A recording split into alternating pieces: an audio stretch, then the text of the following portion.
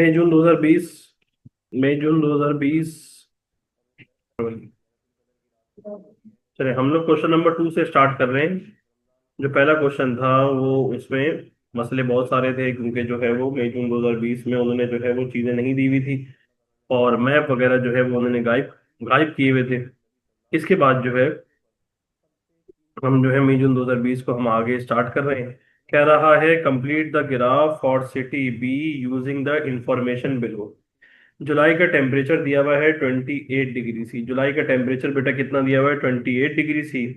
जुलाई का टेम्परेचर दिया हुआ है 28 डिग्री सी, और मेरे बच्चे सिटी बी का फॉर एग्जाम्पल, कभी भी जल्दी मत कीजिएगा पेपर करते हुए। ये रहा सिटी बी, ये रहा सिटी ए।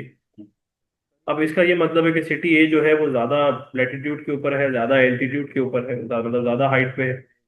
और जो सिटी बी है वो कम लेटीट्यूड पे है और कम ही एल्टीट्यूड के ऊपर है। बात समझ में आगे नहीं आई? इसके बाद अब पहली बात कह रहा है कि भाईजान आप टेम्परेचर को क्या करो, आप टेम्परेचर को पूरा करो, आप टेम्परेचर को क्या करो, आप टेम्परेचर को पूरा करो। सर जुलाई के महीने में कितना टेम्परेचर है? 28 डिग्री सी। बेटा कितना है?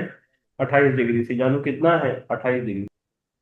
अब 28 डिग्री सी टेम्परेचर है तो हम देखेंगे भाई, फॉर एग्जाम्पल ये दिया हुआ है 20, ये क्या दिया हुआ है? 20, ये दिया हुआ है 20। अब ये दिया हुआ है 20, ये दिया हुआ है 30 डिग्री सी। तो आप क्या करेंगे? आप यहां तक लेके जाएंगे। आप क्या करेंगे? आप जो है वो यहां तक लेके जाएंगे, और आप इसको मार्क कर देंगे कि भाईजान ये क्या है? ये 28 डिग्री सी हो गया। यहाँ पे मुझे एक नंबर मिल गया। अब सिटी बी के अंदर जो है वो क्या हो गया? यहाँ मुझे एक नंबर मिल गया, यहाँ मुझे एक एक नंबर सुकून से मिल गया। इसके बाद जो है आपने जब सिटी बी का आपने पूरा कंप्लीट कर लिया, आपने टेम्परेचर कंप्लीट कर लिया, उसके बाद कहता है using figure 2.2 only compare the rainfall and temperature for city A and city B. आप क्या करो? रेनफॉल को और टेम्परेचर को कंपेयर करो। अब जब आपके से वो पूछेगा ना कि आपने कंपेयर करना है, तो इसका ये मतलब है कि आपने हाईएस्ट रेनफॉल बतानी है। भाईजान सिटी ए के अंदर जो हाईएस्ट रेनफॉल है वो in the month of July है, और वो अराउंड कितने मतलब कितने मीटर है? वो अराउंड लगभग जो है वो 345 या 342 मिलीमीटर है। और इसके बाद जो है बेटा, ये 2 मिनट पेंसिल चार्जिंग पे लगा दो, फटाफट भाग के जाओ। बस ये 5 मिनट खड़े होके चार्ज करके लेकर आ गया। इसके बाद जो है जब आपने यहां तक लिख दिया, आपने यहां तक लिखने के बाद जो है आपने बताया कि भाई सिटी ए का हाईएस्ट मंथ कौन सा है भाई? जुलाई के महीने में। और यहाँ पे दूसरी साइड पे यहाँ कौन से महीने में हाईएस्ट रेनफॉल हो रही है? यहाँ हो रही है हाईएस्ट रेनफॉल जनवरी के महीने में। ओवरऑल रेनफॉल जो है वो सिटी बी की ज्यादा है, और ओवरऑल सिटी ए में ज्यादा है, सिटी बी में रेनफॉल जो है वो क्या है? वो कम है। इसके बाद यहाँ हाईएस्ट टेम्परेचर 22 डिग्री सी है, यहाँ हाईएस्ट टेम्परेचर 28 डिग्री सी है। और ओवरऑल टेम्परेचर जो है वो सिटी ए का जो है वो लो है as compared to city B. अब आपने जब कंपैरिजन करना है तो आपने टेम्परेचर में, रेनफॉल के अंदर, दोनों में आपने करना है कंपैरिजन। मैंने आपको पहला पॉइंट बताया कि भाई रेनफॉल जो है वो किसकी ज्यादा है? सिटी ए की। और सिटी बी की रेनफॉल क्या है? कम है। सिटी ए में जो हाईएस्ट रेनफॉल हो रही है वो in the month of July हो रही है, उसका नंबर भी लिख दीजिएगा, खुश हो जाएगा वो। और आपने जो बताया भाई सिटी बी की जो हाईएस्ट रेनफॉल है वो जनवरी के महीने के अंदर हो रही है, उसका भी नंबर लिख दीजिएगा। उसका नंबर कैसे देखेंगे आदम भाई? अंदाजन जो है वो अल्लाह भला करे 12 है। सही है। तो मैंने आपको बात समझा दी। 12 बेटा 12 भी नहीं है, ये यहाँ से दी हुई मिलीमीटर ऑफ रेनफॉल। तो अगर ये 50 है और ये 100 है, बीच में अल्लाह भला करे कोई 10 बॉक्सेस हैं, तो 10 बॉक्सेस हैं तो मेरे बच्चे मेरी जान क्या सीन होगा? ये अंदाजन 55, 57, 58 मिलीमीटर ऑफ रेनफॉल हो रही है जनवरी के महीने में, ये हाईएस्ट रेनफॉल है। पेपर में ये बात यहाँ ध्यान से रखिएगा, रेनफॉल मोस्ट प्रोबेबली यहाँ दी होती है, टेम्परेचर यहाँ दी होती है। मिक्स मत कीजिएगा, मिक्स मत कीजिएगा, मिक्स मत कीजिएगा, कोशिश कीजिएगा कि मिक्स ना करें। आपने हाईएस्ट रेनफॉल बताई, लोएस्ट रेनफॉल बताया, हाईएस्ट टेम्परेचर बताया, लोएस्ट टेम्परेचर बताया, ओवरऑल गर्मी किधर ज्यादा है, ओवरऑल सर्दी किधर ज्यादा है। और यहाँ आपने हल्का फुल्का आपने रेंज भी लिख दिया, तो इसमें आपका आंसर क्या हो जाएगा? चेक हो जाएगा। फिर कहता है explain how the following factors affect temperature in city A and city B. भाईजान एल्टीट्यूड फैक्टर, जो एल्टीट्यूड भाईजान जहां पे एलिवेशन ज्यादा है उसको एल्टीट्यूड बोलते हैं, हाइट फैक्टर को एल्टीट्यूड बोलते हैं, हाइट फैक्टर को। अब जब हम एल्टीट्यूड बोलते हैं हाइट फैक्टर को, तो मेरे बच्चे मेरी जान, अब अगर एल्टीट्यूड ज्यादा है, किसका? सिटी ए का। और एल्टीट्यूड कम है किसका भाईजान? सिटी बी का। एल्टीट्यूड ज्यादा है सिटी ए का कि भाईजान आपने खुद देखा कि भाईजान यहाँ पे जो हाइट है वो है कितनी बेटा मेरे बच्चे? 2167 मीटर। तभी यहाँ टेम्परेचर जो रहता है वो लो रहता है। और यहाँ पे जो है वो 1600 मीटर है। यहाँ इसका मतलब एल्टीट्यूड क्या है? कम है। यहाँ एल्टीट्यूड कम है, यहाँ एल्टीट्यूड ज्यादा है, तभी टेम्परेचर यहाँ पे कम रहता है और यहाँ पे सिटी बी में क्या रहता है? ज्यादा रहता है। अब आपने जब एल्टीट्यूड में ये समझा दिया, वो बोलेगा भाईजान डन, कोई मसले की बात नहीं है, हटो बच्चों आपने समझाया है। उसके बाद आप बताएंगे भाईजान लेटीट्यूड। लेटीट्यूड का भी नंबर बड़ा जन्नती एग्जामिनर था, उसे लिख के दिया हुआ है। लेटीट्यूड का नंबर लिख के दिया हुआ 34 डिग्री नॉर्थ, यहाँ दिया हुआ 30 डिग्री नॉर्थ। अगर लेटीट्यूड कम होगा, अगर लेटीट्यूड कम है, 30 डिग्री नॉर्थ है, तो यहाँ टेम्परेचर क्या होगा? ज्यादा होगा। यहाँ लेटीट्यूड क्या है? ज्यादा है, 34 डिग्री नॉर्थ है, तो टेम्परेचर क्या होगा? टेम्परेचर कम होगा। ये भी हमारी सारी बातें क्या हो गई? ये भी हमारी सारी बातें हो गई। समझ आ गई? बात नहीं आई? चले भाईजान।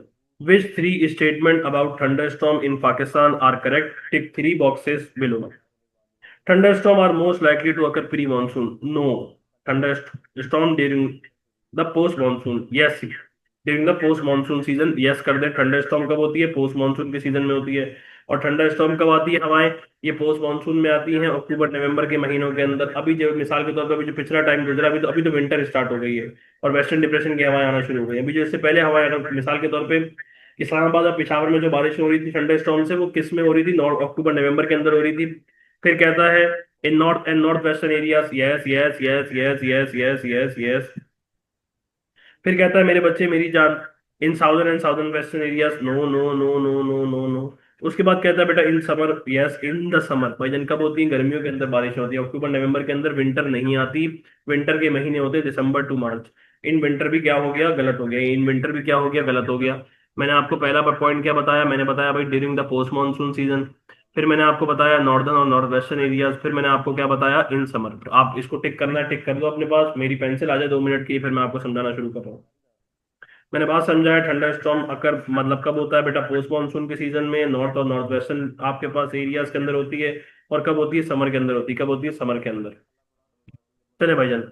फिर कह रहा है थंडर स्टॉर्म, ये लिख लें आप अपने पास। थंडर स्टॉर्म आर जो है वो भाईजान एक सोर्स ऑफ रेनफॉल है। तीन अदर सोर्स ऑफ रेनफॉल बता दें किधर बेटे मेरे बच्चे पाकिस्तान के अंदर? तो मेरे बच्चे सबसे पहले समर मानसून, उसके बाद रिलीफ रेनफॉल, उसके बाद वेस्टर्न डिप्रेशन। तीन हो गई। लिख लो अपने पास, लिखना है तो। Summer monsoon, relief rainfall, western depression, ये सारे बेटा मैंने थंडर स्टॉर्म के अलावा बारिश में बता दी। थंडर स्टॉर्म और कन्वेक्शन करंट एक ही बात होती है, तो आप प्लीज थंडर स्टॉर्म और कन्वेक्शन करंट को मिक्स मत कर दीजिए। फिर कहता है other than flooding describe two problems experience by people as a result of thunder storm. भाईजान फ्लडिंग के अलावा क्या मसले होते हैं? भाईजान दो प्रॉब्लम बता दीजिए कि थंडर स्टॉर्म के क्या मसले होते हैं। भाईजान सबसे पहले आप बात बताएंगे, अल्लाह भला करे कि भाईजान आप बताएंगे कि भाईजान सारे क्रॉप्स वगैरह नीस तो नाबूद हो बेटा हो गए। जो एनिमल लाइफ वगैरह होती है वो खराब हो जाती हैं। ह्यूमन लाइफ अफेक्ट होती है। इलेक्ट और जो बिजली होती है वो आना बंद हो जाती है। इलेक्ट्रिसिटी कट ऑफ हो जाती है। ट्रांसमिशन लाइन गिर जाती है। वाईफाई जो सिस्टम होता है वो बंद हो जाता है। ये सारी बातें आप लिखने के बाद कोई मतलब मिसाल के तौर पर टेलीकम्युनिकेशन वगैरह हो गई। बहुत सारे घरों की जो छतें होती हैं वो गिर जाती हैं। कोई भी दो प्रॉब्लम लिख दीजिएगा, नंबर दे देगा। चले भाईजान। ये कहता है floods are normal occurrence in Pakistan, however every 7 to 8 years there are severe floods. बोला हर 7-8 साल बाद। बड़ा आसान सवाल था ये। There are severe floods. Assess the extent to which the problem of severe flooding can be managed in Pakistan. Give reasons to support your judgment. Refer to example you have studied. You should consider different point of views in your answer. कह रहा है ये आप answer अपने register के अंदर लिखिए जब तक मैं जो हूँ वो समझाना स्टार्ट कर रहा हूँ। ये आप आंसर अपने रजिस्टर के अंदर लिखिए। ये आंसर अभी हम सॉल्व करेंगे। बोल रहा है कि बेटा किस हद तक जो है वो आप क्या कर सकते हो? फ्लडिंग वगैरह को सॉल्व कर सकते हो। किस हद तक जो है वो आप फ्लड वगैरह को सॉल्व कर सकते हो? किस हद तक आप फ्लडिंग वगैरह के जो मामला हैं कि भाईजान सीवियर फ्लडिंग को आप क्या कर सकते हो? मैनेज कर सकते हो। लगाई भी थी बेटा चार्जिंग पे। कह रहा है कि assess the extent to which the problem of severe flooding can be managed in Pakistan. Give reasons to support your judgment and refer to example you have studied. You should consider different point of views in your answer. कह रहा है कि आप जो है वो किस हद तक सीवियर फ्लडिंग को पाकिस्तान के अंदर मैनेज कर सकते हैं, तो आप सबसे पहला पॉइंट बताएंगे कि हाँ भाई आप मैनेज कर सकते हैं, क्या करके? एफोरेस्टेशन करके। आप क्या करें? ट्रीज प्लांट करें। आप ट्रीज प्लांट्स करेंगे तो जो भाईजान ट्रीज की रूट्स होंगी वो क्या कर लेंगी? वो वाटर को एब्जॉर्ब कर लेंगी। वो क्या कर लेंगी मेरे बच्चे? वो वाटर को एब्जॉर्ब कर लेंगी। तो वाटर को एब्जॉर्ब करने के अलावा सर, जो उनकी रूट्स होंगी वो आपके पास, उनको क्या चाहिए होगा? उनको पानी चाहिए होगा। और वो फ्लड्स को और क्या कर लेगी? वो फ्लड्स को कंट्रोल कर लेगी। फ्लड्स को क्या कर लेगी मेरे बच्चे? कंट्रोल। और आप ये एफोरेस्टेशन किधर करो? आप ये माउंटेन की फुटहिल्स पे करो। किधर करो मेरे बच्चे? माउंटेन की फुटहिल्स पे। माउंटेन की फुटहिल्स पे करोगे तो पानी का जो प्रेशर होगा वो बढ़ जाएगा, गिर जाएगा, पानी का प्रेशर कम हो जाएगा। यहां तक आपने लिखा, आपको मिल गया कितने बेटा? 2 मार्क्स मिल गया। कितने मार्क्स मिल गए? 2 मार्क्स। एफोरेस्टेशन आपने प्लांट्स किए, क्या भाई क्या प्लांट किए आपने? ट्रीज प्लांट किए। ट्रीज प्लांट करने से क्या होगा? जो ट्रीज की रूट्स होंगी वो वाटर वगैरह को क्या कर लेंगी? एब्जॉर्ब कर लेंगी। फ्लड्स वगैरह क्या हो जाएंगे? कंट्रोल हो जाएंगे, क्योंकि जो जो वाटर का आपके पास प्रेशर होगा उसको स्लो डाउन कर देगा कौन? ट्रीज। इसके बाद जो है और आप किस तरीके से मैनेज कर सकते हैं? आप जो है भाईजान क्या बनाएं? डैम्स और बैरेजेस बनाएं। आप डैम्स और बैरेजेस बनाएंगे तो मेरे बच्चे क्या होगा? डैम और बैरेजेस बनाने से ये होगा कि भाईजान फ्लड्स नहीं आएंगे। डैम्स और बैरेजेस बनाने से क्या होगा? Problems of severe flooding can be manage in Pakistan. Dams और बैरेजेस क्यों? क्योंकि भाई वाटर स्टोर हो जाएगा। वाटर स्टोर हो जाएगा कितनी क्वांटिटी में? लार्ज क्वांटिटी में। और वाटर जो वेस्टेज होती है वो वाटर वेस्टेज नहीं होगी। वाटर वेस्टेज नहीं होगी। वाटर जो है वो क्या हो जाएगा? वाटर जो है वो आपके पास स्टोर हो जाएगा। अब आपने डैम और बैरेजेस वगैरह क्या कर लिए बेटा? आपने डैम्स और बैरेजेस बना लिए। अब आपने डैम्स और बैरेजेस बना लिए, आपने रिवर चैनल्स को इनलार्ज कर दिया। इसमें आप ये भी लिख सकते थे कि भाई आप रिवर चैनल्स को इनलार्ज कर लें। ये सारी बातें आप लिखने के बाद जो है यहाँ तक आपको मिल गए 4 नंबर। आपने 2 पॉइंट बता दिए। अगर आपने कुछ और पॉइंट लिखने थे आप कुछ और पॉइंट भी लिख सकते थे कि भाई आप जो है फॉर एग्जाम्पल पहले वहां से लोगों को एरिया को शिफ्ट करा दें। आप एरिया भाई, जैसे अभी लाहौर के अंदर फ्लड आया तो क्या हुआ? पहले ही एक सोसाइटी थी, जिस सोसाइटी को खाली करा लिया गया और वहां के लोगों को जो है दूसरे एरिया में शिफ्ट करा दिया गया, ताकि भाई ताकि जो प्रॉब्लम है फ्लडिंग की आपके पास जो है वो बर्बादियां ना करे, नीश और नाबूद लोगों को सत्यानाश ना कर दे। फिर भी अल्लाह भला करे लोगों के घरों में पानी आ गया। आप ऐसा भी कर सकते हैं कि जो होटल्स वगैरह टूरिज्म वगैरह पॉइंट वगैरह के अंदर वो दरिया के करीब ना बनाए, ताकि वो दरिया को छोटा ना करें। वो दरिया को बड़ा ही रहने दें और रिवर चैनल को इनलार्ज ही रहने दें। मगर एक मसला है कि भाईजान ये सब कुछ करने के लिए आपको क्या चाहिए? ये एक्सपेंसिव है। और हमारे पास गवर्नमेंट के पास फंड्स की अवेलेबिलिटी नहीं है। गवर्नमेंट के पास क्या नहीं है? गवर्नमेंट के पास फंड्स की अवेलेबिलिटी नहीं है। गवर्नमेंट के पास फंड्स की अवेलेबिलिटी नहीं है। और जो गवर्नमेंट, क्योंकि हमारी गवर्नमेंट की करप्शन की वजह से, गवर्नमेंट की करप्शन की वजह से जो हमारे प्रोजेक्ट्स होते हैं वो क्या हो रहे हैं? वो डिले हो रहे हैं। वो क्या हो रहे हैं? डिले। आप बताएंगे कि भाईजान टू इवेलुएट, यहां तक आपको नंबर मिल गया मेरे बच्चे कितने? 1 मार्क मिल गया। आपने इसको पैराग्राफ में लिखना है और आपने इसको एक ही पैराग्राफ में लिखना है। आपने पैराग्राफिंग नहीं करनी। ज्योग्राफी के अंदर पैराग्राफिंग करने की कोई जरूरत नहीं है। बताएं क्यों? क्योंकि लाइनें बहुत ज्यादा कम दी हुई हैं। कुछ लोग ऐसे होते हैं जो कहते हैं 3 पॉजिटिव पॉइंट लिख दो, 3 नेगेटिव पॉइंट लिख दो। भाई जगह कहाँ है? कहाँ लिखोगे? उसके बाद जो है आप इवेल्यूशन में बताएंगे। आप इवेल्यूशन में क्या बताएंगे? आप इवेल्यूशन में बताएंगे टू इवेल्युएट। आप फ्लडिंग को मैनेज पाकिस्तान में कर ही नहीं सकते। फ्लडिंग को क्यों मैनेज नहीं कर सकते? क्योंकि हर साल,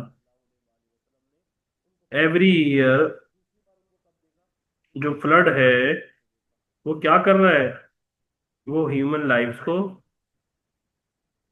अफेक्ट कर रहा है पाकिस्तान में। और ऑर्गेनाइजेशंस की करप्शंस की वजह से, ऑर्गेनाइजेशंस की करप्शन की वजह से, और बेटा ऑर्गेनाइजेशंस की करप्शन की वजह से इस फ्लड को क्या नहीं किया जा रहा है? इस फ्लड को कंट्रोल नहीं किया जा रहा। इवेल्युएशन तगड़ा लिखिएगा और जो ऊपर बातें लिख दी हैं उसमें से इवेल्युएशन मत मत मत लिखिएगा। आप इसकी एक बार क्या कीजिए, आप इसकी एक बार अगर आपने लिखना है तो आप अपने रजिस्टर के अंदर लिख लीजिए।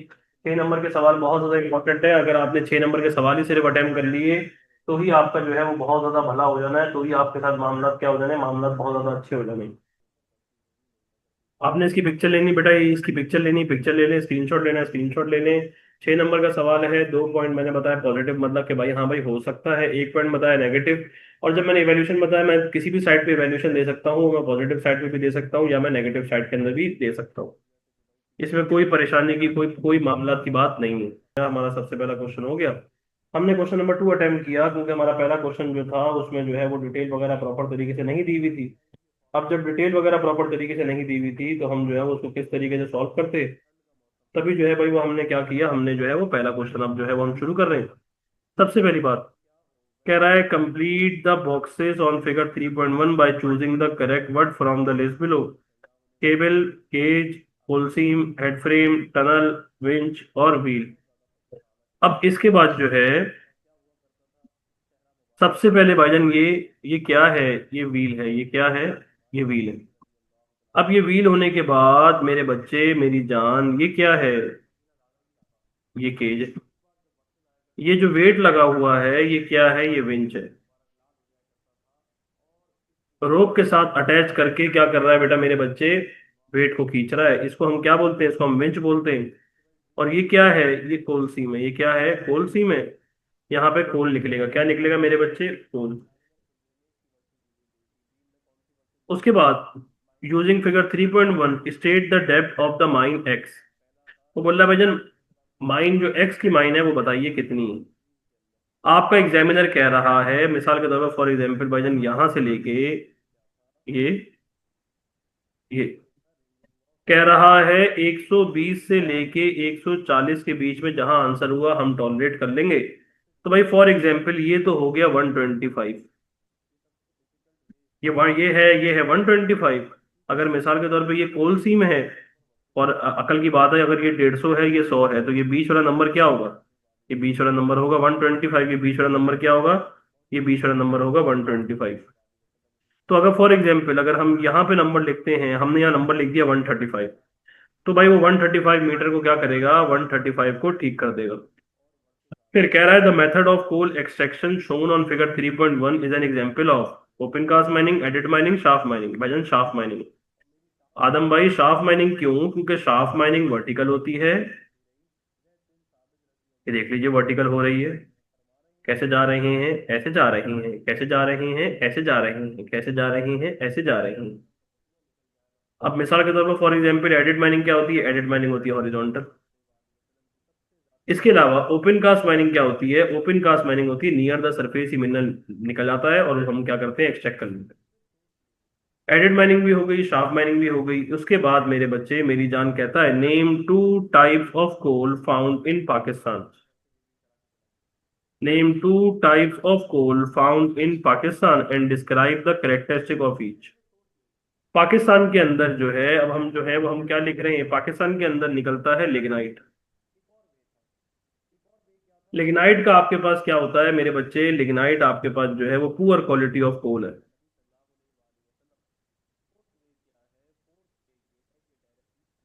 पुअर क्वालिटी ऑफ कोल है।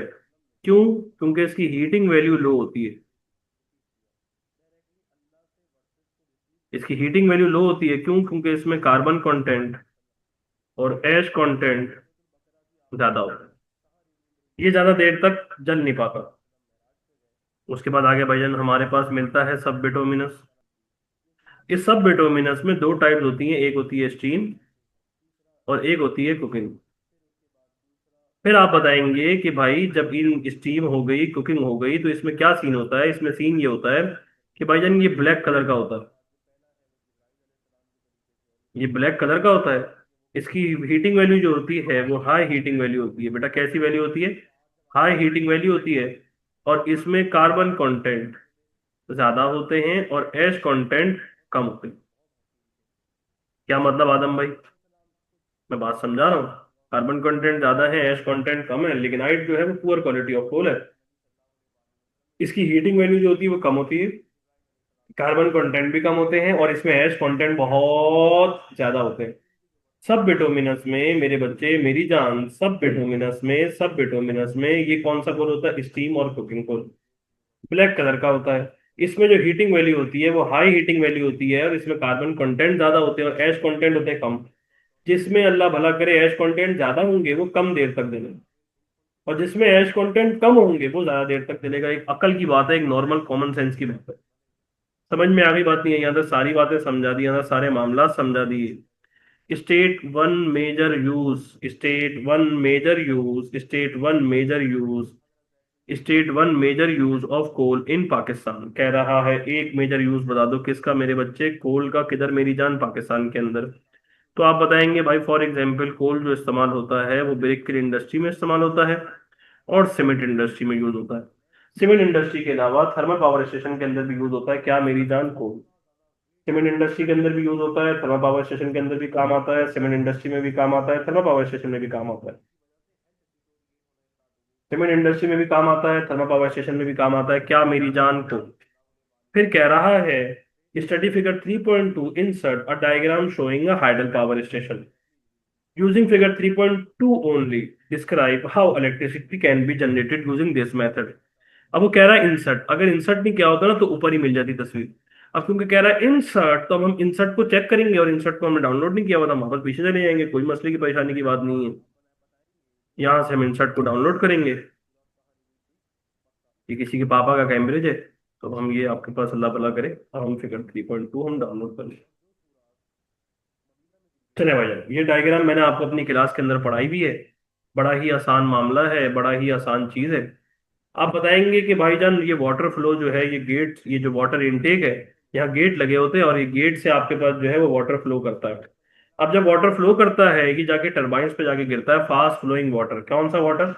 ये फास्ट फ्लोइंग वाटर जाके गिरता है, ये फास्ट फ्लोइंग वाटर जाके किस पे गिरता है? ये फास्ट फ्लोइंग वाटर जाके गिरता है टरबाइन के ऊपर। ये फास्ट फ्लोइंग वाटर बेटा जाके किस पे गिरता है मेरे बच्चे? ये फास्ट फ्लोइंग वाटर जाके गिरता है, फास्ट फ्लोइंग, ये फास्ट फ्लोइंग वाटर जाके गिरता है किसके ऊपर? टरबाइन के ऊपर। टरबाइन जो कनेक्ट होता है, टरबाइन कनेक्ट होता है किस चीज से? जनरेटर से।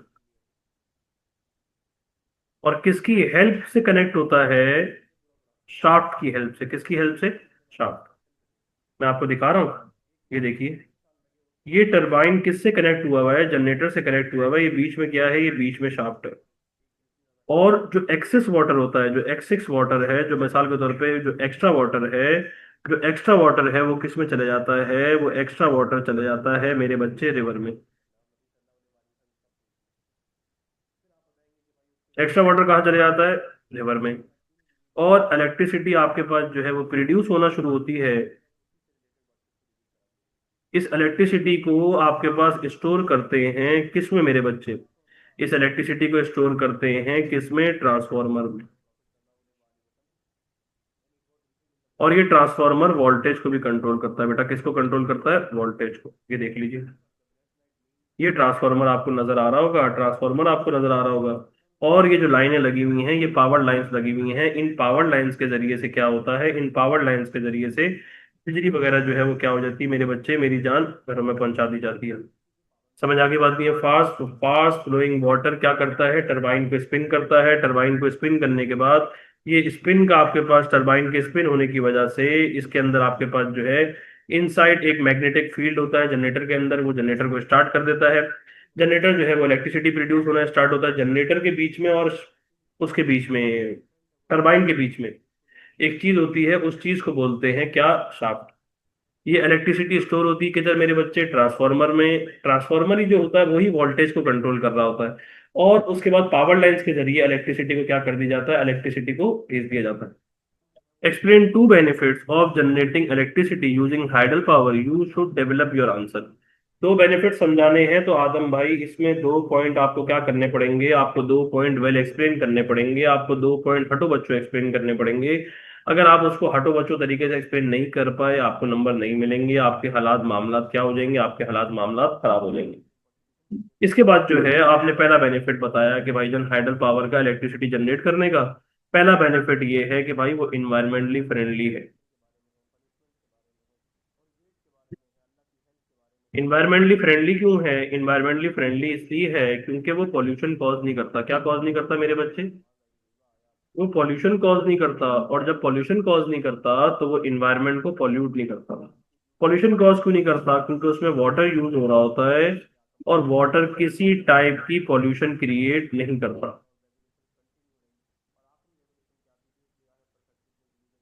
क्योंकि सिर्फ इस्तेमाल ही वाटर हो रहा होता है, किसी टाइप का फॉसिल फ्यूल को इस्तेमाल नहीं हो रहा होता। ये तो हो गया पहला एडवांटेज। दूसरा एडवांटेज, सर इसकी जो रनिंग कॉस्ट है,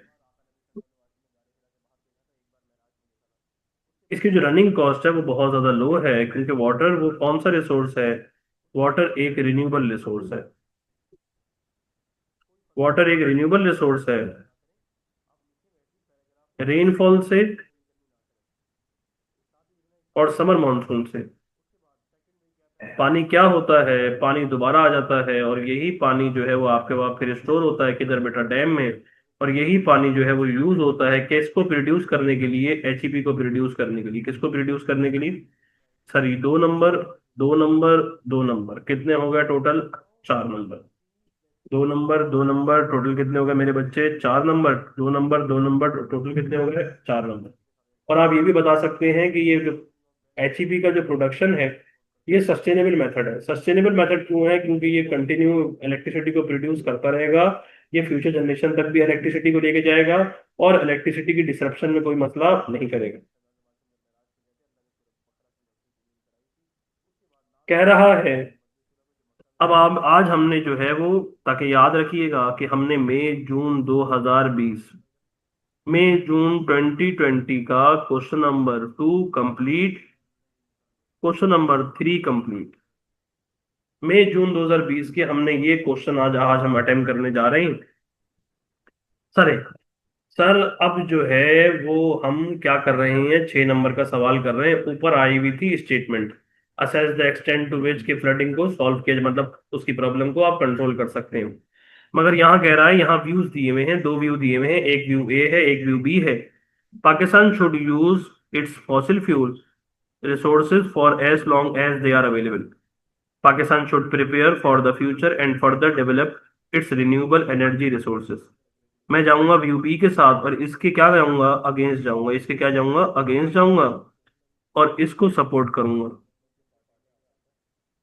हमें चाहिए कि भाईजान हम क्या करें? हम सबसे पहले कोस्टल एरियाज के अंदर, सच एज गवादर, या मैं इसकी जगह लिख सकता था मकरान कोस्ट, हम वहां पे विंड टरबाइंस, हम विंड टरबाइंस को इंस्टॉल कर सकते हैं। जब हम विंड टरबाइंस को इंस्टॉल करेंगे, तो वो बलूचिस्तान के एनर्जी क्राइसिस को, बेटा किसको? बलूचिस्तान के एनर्जी क्राइसिस को क्या कर देगा? सॉल्व कर देगा। और बलूचिस्तान के एनर्जी क्राइसिस को क्या कर देगा? सॉल्व कर देगा। और सफिशिएंट और रिलायबल भी होगा। क्यों? क्योंकि सफिशिएंट और रिलायबल क्यों होगा?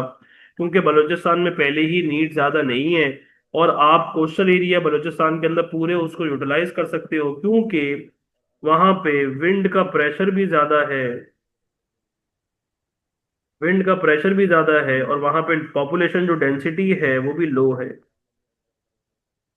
और जो एरिया है वो क्या हो रहा है? वो एरिया वेस्ट हो रहा है। वो लो, बेटा लो पॉपुलेशन डेंसिटी। कौन सी डेंसिटी है? लो पॉपुलेशन डेंसिटी। आपको कितने नंबर मिल गए? आपको नंबर मिले हैं दो। कि आप जो है वो कोस्टल एरियाज वगैरह के अंदर, सच एस मकरान कोस्ट के ऊपर या बलूचिस्तान के गवादर के ऊपर जो है वो आप क्या कर सकते हैं? विंड टर्बाइन इंस्टॉल कर सकते हैं। यहाँ बलूचिस्तान के अंदर जो है मेरे बच्चे, एनर्जी का जो क्राइसिस है, आप सुकून से इलेक्ट्रिसिटी प्रोवाइड कर सकते हैं बलूचिस्तान के डिफरेंट सिटीज को। वो सिटीज भी डेवलप्ड हो जाएंगी, क्योंकि वहाँ पे विंड का प्रेशर भी ज्यादा है, और वहाँ पे पॉपुलेशन डेंसिटी भी लो है। तो वहाँ पे ज्यादा डिमांड भी नहीं, ज्यादा नीड भी नहीं है, मगर सफिशिएंट और रिलायबल इलेक्ट्रिसिटी प्रोवाइड होती रहेगी। फिर उसके बाद कहता है, आप फिर बता सकते हैं कि हाँ भाई पाकिस्तान रिन्यूएबल रिसोर्स को आपके पास यूज कर सकता है। जैसे कि भाई फॉर एग्जांपल कौन सा रिन्यूएबल रिसोर्स? जैसे कि सोलर एनर्जी। हम सोलर एनर्जी को डेजर्ट्स वगैरह के अंदर इंस्टॉल कर सकते हैं, जैसे कि भाई थरपारकर वगैरह के अंदर। क्योंकि वहां पे डे लेंथ भी लंबी है, डे लेंथ लंबी होने के अलावा वहां पे जो सन की हीट है वो भी ज्यादा है। ये क्या करेगी, ये इलेक्ट्रिसिटी प्रोवाइड करती रहेगी। और फिर उसके बाद जो है वो हम बैटरीज भी इंस्टॉल कर सकते हैं फॉर द बैकअप। सही है। आप फिर बताएंगे कि पाकिस्तान के पास availability of fossil fuel, Pakistan के पास, अब मैं बता रहा हूँ नेगेटिव साइड, यहां तक 2 नंबर मिल गए, अब मैं बता रहा हूँ नेगेटिव साइड। पाकिस्तान के पास availability of fossil fuels, Pakistan के पास अवेलेबिलिटी ऑफ फॉसिल फ्यूल्स है ही कम। हम लोग मेनली क्या करते हैं, हम लोग मेनली इंपोर्ट करते हैं। हम जब इंपोर्ट करते हैं वो हमारी इकोनॉमी को बर्डनाइज करती है, और जब हमारी इकोनॉमी को बर्डनाइज करती है तभी हमारे मुल्क में किस चीज के चांसेस बढ़ते जा रहे हैं, बैंकरप्सी के चांसेस बढ़ते जा रहे हैं। क्यों?